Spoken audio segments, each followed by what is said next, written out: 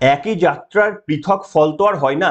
এই ধরুন নিউটন যেদিন বাগানে বসেছিলেন আপেল পড়া দেখছিলেন, সেদিন তো এরকম তো কোনো ঘটনা ঘটেনি যে দুটো আপেল নিচে পড়েছে, আরো একটা আপেল একেবারেই সোজা আকাশে উড়ে গিয়েছে। এমন ঘটনা তো নিশ্চয়ই ঘটেনি। সেই কারণেই একই ঘটনার পৃথক ফল হয় না। তাই যখন 5 বছর আগে সম্ভবত 2019 কিংবা 2020 সালে আহ তখন কেন্দ্রীয় মন্ত্রী ছিলেন বাবুল সুপ্রিয়, বিজেপিতে ছিলেন, তিনি যখন একটা অনুষ্ঠানে কেন্দ্র করে তিনি যখন যাদবপুরে গিয়েছিলেন, যেভাবে তাকে এসএফআই এবং অতি বাম এই যে সমস্ত সংগঠন রয়েছে তাদের হাতে যেভাবে আক্রান্ত হতে হয়েছিল, সেই বাবুল সুপ্রিয়র ঘটনা দেখে তৃণমূলের প্রতিক্রিয়া শুনলেই বোঝা যায় যে তারা খানিক আনন্দই পেয়েছিল। আর আজকে ঘটনাচক্রে দেখুন, 5 বছর হয়তো সময় লাগলো বটে, কিন্তু ওই একই ঘটনার পুনরাবৃত্তি, ইতিহাসও বলতে পারেন, আবার বিজ্ঞান দিয়ে ব্যাখ্যা করলেও বলতে পারেন, সেই একই যাত্রার পৃথক ফল কিন্তু ঘটলো না।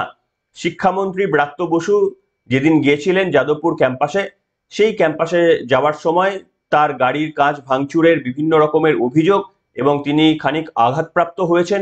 আবার উল্টো দিকে এমন কার্যকলাপ একজন মন্ত্রী হিসাবে তিনি নিদর্শন স্থাপন করলেন, যেটা কার্যত মানে ক্ষমারও অযোগ্য বললে কম হয়। তার কারণ হচ্ছে, ছাত্ররা বিশৃঙ্খল করতে পারে, তবুও ক্ষমার চোখে দেখা হয়, কিন্তু শিক্ষামন্ত্রী তিনি যদি তার গাড়ি এমন ভাবে ছুটিয়ে চলেন, তাতে এক ছাত্রের এমন ভাবে আহত হয়ে গেলেন, সম্ভবত তার চোখটাই বাতিল হয়ে যেতে পারে। তার বক্তব্য আজকে আপনাদের আমি শোনাবো।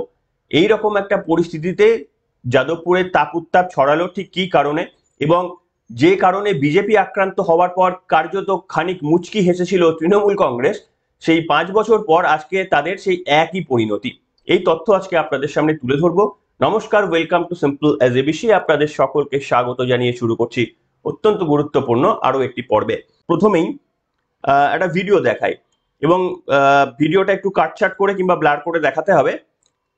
যখন ব্রাত্য বসু তিনি ওয়েব কুপার মিটিং করছিলেন, যাদবপুরে অধ্যাপকদের সংগঠন ওয়েব কুপা, তাদের একটা মিটিং এর জন্য সেখানে তিনি গিয়েছিলেন।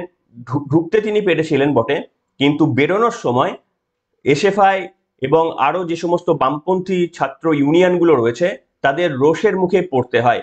কেন তাদের রোষ, কি বিষয়ে ব্রাত্য বসুর ওপর তারা এতটা চড়াও হয়ে উঠলেন, কেন তার গাড়ির চাকা পাম্প খুলে দেওয়া হলো, কিংবা তার গাড়ির সামনে গিয়ে তাকে আটকানোর চেষ্টা করা হলো। যদি আটকাতে তারা সমর্থ হতেন, তাহলে ব্রাত্য বসুকে নিয়ে তারা কি করতেন? এই প্রশ্নের উত্তরগুলো আমাদের জবাব নেই। কিন্তু যে প্রশ্নের উত্তরটা ব্রাত্য বসু বা তৃণমূল কংগ্রেস পেয়ে গিয়েছে, সেটা হচ্ছে যে যদি কোনো অনৈতিক কাজ, সেটা যে কোনো রাজনৈতিক দলের সঙ্গেই হোক না কেন, তার প্রতিবাদ করা উচিত। কারণ আজকে যদি সেই ঘটনার প্রতিবাদ না করি, তাহলে সেই একই ঘটনা আমার সঙ্গেও হতে পারে। এবং দেখুন, আমি নিজে যাদবপুরের ছাত্র, তবে হ্যাঁ, আমরা অ্যাকচুয়ালি টেকনিক্যাল ব্যাকগ্রাউন্ডের ছাত্র, তো সেই কারণেই আমরা যখন যাদবপুরে পড়েছি তখন রাজনীতি এইভাবেই উত্তাল হয়েছিল। এর থেকে বড় বড় রাজনীতির ঢেউ আমাদের সময়ও এসেছিল, কিন্তু আমরা সেখানে কখনোই নিজেদের সম্পৃক্ত করিনি।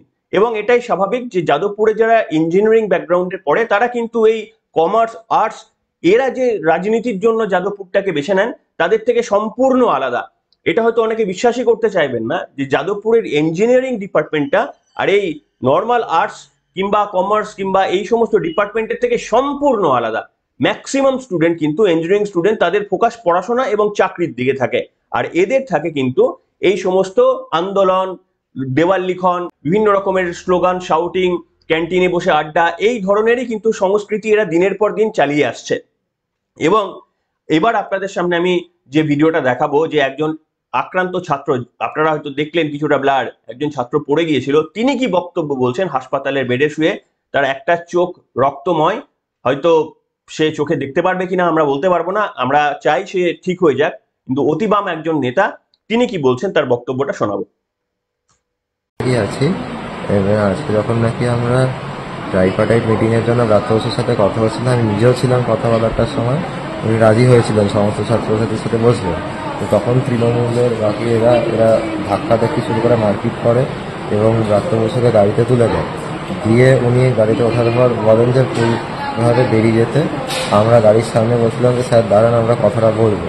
তো ওই অবস্থায় গাড়ি স্টার্ট করে এগোনো শুরু করে, তখন পিক আপ বাড়তে থাকে। তখন আমরা যেহেতু সরতে পারছিলাম না, পিছন দিকে দৌড় শুরু করি।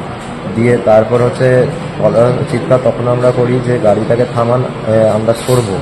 কিন্তু তখন আরও স্পিড বাড়িয়ে দেন, তখন ছিটকে পড়ি এবং মাথাটা যাতে চাকাতে না যায় তখন হচ্ছে আমি মাথাটা ঘুরিয়ে নিই এবং তাদের চোখের ওপর দিয়ে চাকাটা চলে যায় এবং বাঁ পায়ের চেটোর ওপর দিয়ে হচ্ছে চাকাটা যায়। শুনলেন বন্ধুরা বক্তব্যটা। আমি আপনাদের সামনে এই ঘটনাটাকে এইভাবেই ব্যাখ্যা করব যে দেখুন, এই যে যাদবপুরের এসএফআই এবং অতি বাম যারা সংগঠকরা রয়েছেন তাদের যে অতি সক্রিয়তা, একজন শিক্ষামন্ত্রী ক্যাম্পাসে প্রবেশ করলে কেন তার বিরুদ্ধে, যেমন এই প্রশ্নটা তোলা যায়, কেন তার বিরুদ্ধে স্লোগান শাউটিং চলতেই পারে শান্তিপূর্ণভাবে, কিন্তু তার গাড়িকে থামিয়ে দিতে হবে, তার গাড়ি পাংচার করে দিতে হবে। এই রাজনীতি কিন্তু আজকে প্রথম নয়, দীর্ঘদিন ধরে সিপিএম ব্যতীত কোন রাজনৈতিক দলের নেতৃত্বরা যদি যাদবপুর ক্যাম্পাসের মধ্যে ঢোকে তাহলে সেটা তারা করতে দেবেন না। এটা কোন এখতিয়ার বলে? রাজনীতির সংস্কৃতি কি এটাই শেখায়? আমি নিজে যাদবপুরের ছাত্র হয়ে তীব্র প্রতিবাদ করছি। আমি তৃণমূল কংগ্রেসের রাজনীতি সমর্থন করি না, কিন্তু যেভাবে ব্রাত্য বসুকে এইভাবে আপনাদের স্লোগান শাউটিং থাকলে আপনারা লিখিতভাবে জমা দিতে পারতেন। যাদবপুরের মতো গরিমা সম্পন্ন একটা বিদ্যালয়ে পড়ার সুযোগ পাওয়ার পর যদি এই ধরনের আচরণ আপনাদের বাবা মা টিভির পর্দায় দেখতে পায় তাহলে নিশ্চিতভাবে আপনাদের সম্মান বাড়বে না, কোনোভাবেই বাড়তে পারে না। তাই তীব্র মানে সমালোচনা করছি। কিন্তু ওদিকে আবার তৃণমূল কংগ্রেসের আচরণ দেখলেও আপনারা কিন্তু স্তম্ভিত হবেন। আমি আপনাদের দেখাতে চাইবো বাবুল সুপ্রিয়কেও ঠিক একইভাবে আক্রান্ত করা হয়েছিল, তার গাড়ির হাওয়া খুলে দেওয়া হয়েছিল, এমনকি তার চুলের মুঠি ধরা হয়েছিল। সেই মুহূর্তের একটা ভিডিও আর্কাইভ থেকে, এবিপি আনন্দের আর্কাইভ থেকে আপনাদের মনে করিয়ে দিতে চাইবো। 5 বছর আগে ঠিক একই ঘটনা, বরঞ্চ বাবুল সুপ্রিয় তো রাস্তায় নেমেছিলেন, তখন বিজেপির মন্ত্রী ছিলেন তিনি। তিনি তখন যাদবপুর ক্যাম্পাসের মধ্যে ওই ছাত্র বিক্ষোভের মধ্যে নামার সাহস দেখিয়েছিলেন। ব্রাত্য বসু তো ভয়ে গাড়ির মধ্যে লুকিয়েছিলেন।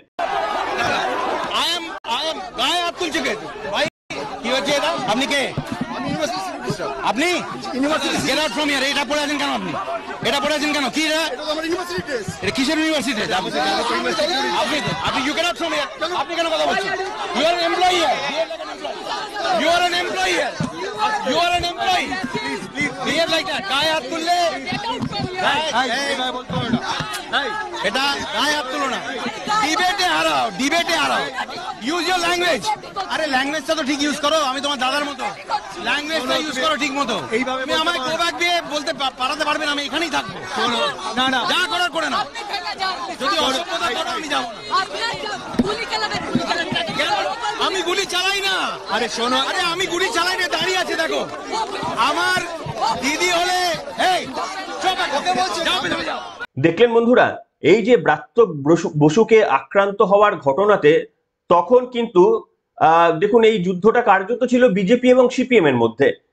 আজকে যেমন যুদ্ধটা কার্যত তৃণমূল এবং সিপিএম এর মধ্যে, সেদিনও কিন্তু তাই ছিল। কিন্তু সেখানে তৃণমূল কংগ্রেস বিজেপির বিরুদ্ধে দাঁড়িয়েছিল।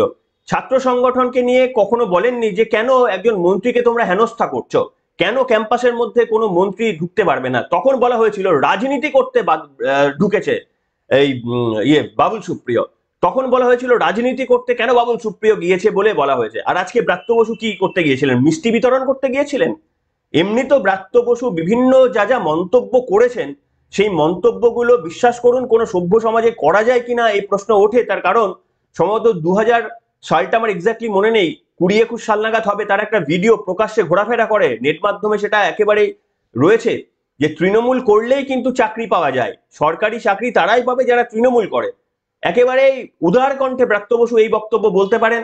কিছুদিন আগে তিনি বলেছেন যে যারাই সংগঠন করে তারা সরকারি সংগঠনে, যারা তৃণমূল কংগ্রেস করেন তারাই সরকারি সংগঠনে তাদের যুক্ত হতে পারেন, তারা যে কোনো ভাবে খুব সহজে সরকারি সংগঠনগুলিতে তারা যুক্ত হয়ে যেতে পারেন। অর্থাৎ রাজনীতিকরণ, শিক্ষাঙ্গনে রাজনীতিকরণের এই যে নিম্নগামিতা, যেটা বামফ্রন্টের সময় থেকে শুরু হয়েছিল, সেটা চূড়ান্ত নিম্ন জায়গায় নিয়ে গেছে এই তৃণমূল কংগ্রেস। সেই কারণে যাদবপুরের মতো একটা জায়গায় প্রতিনিয়ত আপনারা দেখবেন যে কখনো শুভেন্দু অধিকারীকে, কখনো ব্রাত্য বসুকে, কখনো অন্য কোনো নেতাকে তারা দেখলেই যেন একেবারে মারাত্মক রকমের আচরণ করতে শুরু করে। কিছুদিন আগে শুভেন্দু অধিকারীর সঙ্গেও একই ঘটনা ঘটেছিল। তাকে বিচ্ছিরি ভাষায় গালিগালাজ করা থেকে শুরু করে বিভিন্ন রকমের কটূক্তি বাদ দেন না। কিন্তু আমার প্রশ্ন হচ্ছে, রাজনৈতিক নেতৃত্বরা কি সচেতন, নাকি বিজেপির সঙ্গে এই ধরনের কাণ্ড ঘটলে এসএফআই ভালো আর তৃণমূলের সঙ্গে এই কাণ্ড ঘটলে এসএফআই বাজে। এই ডবল স্ট্যান্ডার্ড যারা নিয়ে চলেন, সেই কারণেই প্রথমেই আপনাদের বলে শোনালাম যে একই যাত্রার পৃথক ফল হয় না। তারা যেমন বিজেপিকেও রাজনৈতিক শত্রু মনে করে, তারা তৃণমূল কেউ রাজনৈতিক শত্রু মনে করে। দেখুন, রাজনৈতিক শত্রু আর সত্যি করে নিজেদের শত্রু মনে করার মধ্যে ডিফারেন্স রয়েছে। রাজনৈতিক শত্রু মনে করতেই পারেন, কিন্তু তা বলে কেন ফিজিক্যাল আক্রমণের দিকে যাওয়া হবে? এবং দেখুন, তার পরিণামেও ব্রাত্য বসু যেটা করলেন সেটা একেবারে ধিক্কারযোগ্য। এমন ভাবে গাড়ি তিনি থামাতে বলতে পারতেন, তো একজন তো গাড়ির তলায় তো চলে যেতে পারতেন, ভয়ানক কাণ্ড ঘটে যেতে পারতো, কিন্তু ব্রাত্য বসু সেই কাজটা করলেন না। অথচ আপনাদের দেখাবো এইখানে দেখুন একটা রাজনীতির তফাৎ এবার আপনাদের সামনে দেখাবো। বিজেপির তরফ থেকে আমি অমিত মালবিয়াকে দেখেছি টুইট করতে, আমি রাজ্য বিজেপির অফিসিয়াল হ্যান্ডেল থেকে দেখেছি টুইট করতে, এই ঘটনায় নিন্দা করা হয়েছে। বাম এই এসএফআই বা বাম মদতের যে সংগঠনগুলি এইভাবে ঘটনা করেছে তার নিন্দা করা হয়েছে, সেটা টুইট করে তারা বলেছেন। আর এইখানেই হচ্ছে সংস্কৃতির ডিফারেন্স বলে আমি মনে করি। তৃণমূল কংগ্রেস কিন্তু এই ছোট মানসিকতা থেকে বেরিয়ে আসতে পারবে না। ধরুন আগামী বছর যদি আবারও শুভেন্দু অধিকারীকে দেখে ওই যাদবপুর ক্যাম্পাসের মধ্যে এই ধরনের অভব্য কোনো ঘটনা ঘটে, তখন শুভেন্দু অধিকারীর পাশে থাকবে না কিন্তু তৃণমূল, পাশে থাকার দরকার নেই। ঘটনাটাকে তো নিন্দা করা যেতে পারে, যে কেন ব্রাত্য বসু কেন ঢুকতে পারবেন না? একজন শিক্ষামন্ত্রী, তিনি পশ্চিমবঙ্গের যে কোনো জায়গায়, ভারতবর্ষের যে কোনো জায়গায় নির্বাধায় ঘুরতে পারে, কেন পারবেন না? আসলে সংস্কৃতিটা তো তৃণমূল কংগ্রেসই শিখিয়েছে। শুভেন্দু অধিকারী বিভিন্ন জায়গায় তাকে আক্রান্ত হতে হয়, তাকে পৌঁছে দেওয়া যায় না।